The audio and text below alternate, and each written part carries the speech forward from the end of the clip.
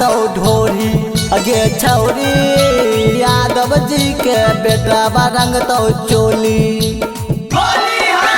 केहू कुछ बोला तो चल जैत गोली हीरे के बेटा रंग तो ढोरी अगे छौरी यादव जी के बेटा रंग तो चोली गे छौरी हीरे के बेटा रंग तो चोली मिक्स बाय विक्की यादव।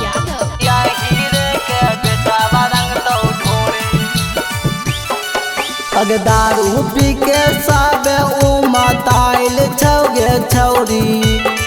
हीरे के बेटा रंग तो चोली अगे छौरी हीरे के बेटा रंग तो ढोरी अगे जीन्स पिन के जइहे नगे सुना यही टोली हीरे के बेटा रंग तो चोली अगे छौरी हीरे के बेटा रंग तो डोरी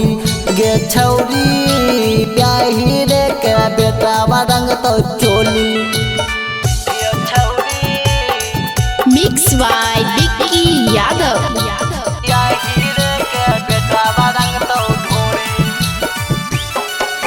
सारा रारा बोली के गे भैर दे तो झोली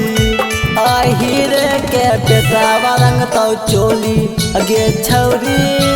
यादव जी के बेटा रंग तो चोली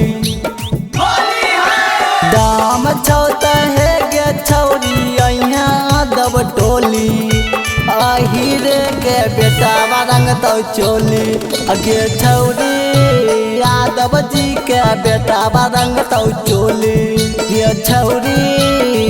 हीरे के बेटा रंग तो ढोरी।